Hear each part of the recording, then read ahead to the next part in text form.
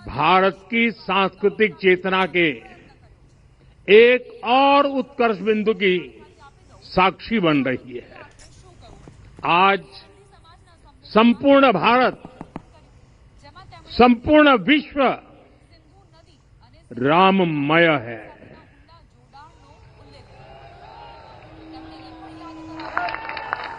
हर राम भक्त के हृदय में अद्वितीय संतोष है, असीम कृतज्ञता है, अपार अलौकिक आनंद है। सदियों के घाव भर रहे हैं। सदियों की वेदना आज विराम पा रही है। सदियों का संकल्प आज सिद्धि को प्राप्त हो रहा है। आज उस यज्ञ की पूर्णाहुति है जिसकी अग्नि 500 वर्ष तक प्रज्वलित रही। जो यज्ञ एक पल भी आस्था से डिगा नहीं, एक पल भी विश्वास से टूटा नहीं। आज भगवान श्री राम के गर्भगृह की अनंत ऊर्जा, श्री राम परिवार का दिव्य प्रताप इस धर्म ध्वजा के रूप में इस दिव्यतम भव्यतम मंदिर में प्रतिष्ठापित हुआ है। और साथियों, ये धर्म ध्वजा केवल एक ध्वजा नहीं, ये भारतीय सभ्यता के पुनर्जागरण का ध्वज है। इसका भगवा रंग, इस पर रचित सूर्यवंश की ख्याति, वर्णित होम शब्द और अंकित कोविदार वृक्ष राम राज्य की कीर्ति को प्रतिरूपित करता है।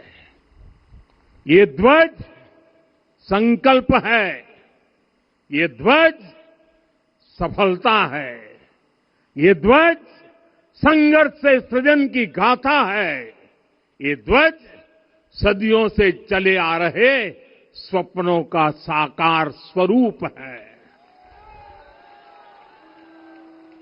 ये ध्वज संतों की साधना और समाज की सहभागिता की सार्थक परिणति है। साथियों, आने वाली सदियों और सहस्त्र शताब्दियों तक ये धर्म ध्वज प्रभु राम के आदर्शों और सिद्धांतों का उद्घोष करेगा।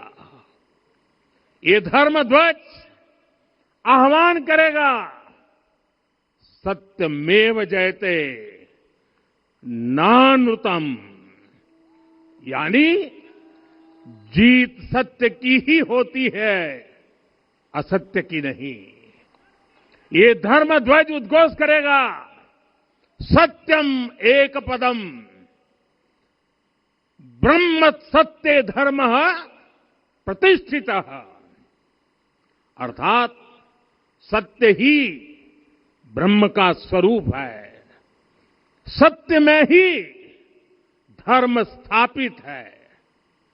ये धर्म ध्वज प्रेरणा बनेगा, प्राण जाए पर वचन न जाहि, अर्थात जो कहा जाए वही किया जाए। ये धर्म ध्वज संदेश देगा, कर्म प्रधान विश्व रची राखा, अर्थात विश्व में कर्म और कर्तव्य की प्रधानता हो। ये धर्म ध्वज कामना करेगा, बैर न विग्रह आस न त्रासा, सुखमय ताही सदा सब आशा। यानी भेदभाव, पीड़ा, परेशानी से मुक्ति, समाज में शांति और सुख हो। ये धर्म ध्वज हमें संकल्पित करेगा, नहीं दरिद्र कोउ दुखी न दीना, यानी हम ऐसा समाज बनाएं जहां गरीबी न हो, कोई दुखी या लाचार न हो। साथियों, हमारे ग्रंथों में कहा गया है, आरोपितम ध्वजम दृष्ट्वा, ये अभिनंदनित धार्मिकाः ते अपि सर्वे प्रमुच्यते महापातक कोटिभिः, यानी जो लोग किसी कारण मंदिर नहीं आ पाते और दूर से मंदिर के ध्वज को प्रणाम कर लेते हैं, उन्हें भी उतना ही पुण्य मिल जाता है। साथियों, ये धर्म ध्वज भी इस मंदिर के ध्येय का प्रतीक है। ये ध्वज दूर से ही रामलला की जन्मभूमि के दर्शन कराएगा और युगों युगों तक प्रभु श्री राम के आदेशों और प्रेरणाओं को मानव मात्र तक पहुंचाएगा। साथियों, मैं संपूर्ण विश्व के करोड़ों राम भक्तों को इस अविस्मरणीय क्षण की, इस अद्वितीय अवसर की हार्दिक शुभकामनाएं देता हूं। मैं आज उन सभी भक्तों को भी प्रणाम करता हूं, हर उस दानवीर का भी आभार व्यक्त करता हूं जिसने राम मंदिर निर्माण के लिए अपना सहयोग दिया। मैं राम मंदिर के निर्माण से जुड़े हर श्रमवीर, हर कारीगर, हर योजनाकार, हर वास्तुकार, सभी का अभिनंदन करता हूं। साथियों, अयोध्या वह भूमि है जहां आदर्श आचरण में बदलते हैं। यही वह नगरी है जहां श्री राम ने अपना जीवन पथ शुरू किया था। इसी अयोध्या ने संसार को बताया कि एक व्यक्ति कैसे समाज की शक्ति से, उसके संस्कारों से पुरुषोत्तम बनता है। जब श्री राम अयोध्या से वनवास को गए तो वे युवराज राम थे, लेकिन जब लौटे तो मर्यादा पुरुषोत्तम बनकर के आए और उनके मर्यादा पुरुषोत्तम बनने में महर्षि वशिष्ठ का ज्ञान, महर्षि विश्वामित्र की दीक्षा, महर्षि अगस्त्य का मार्गदर्शन, निषाद राज की मित्रता,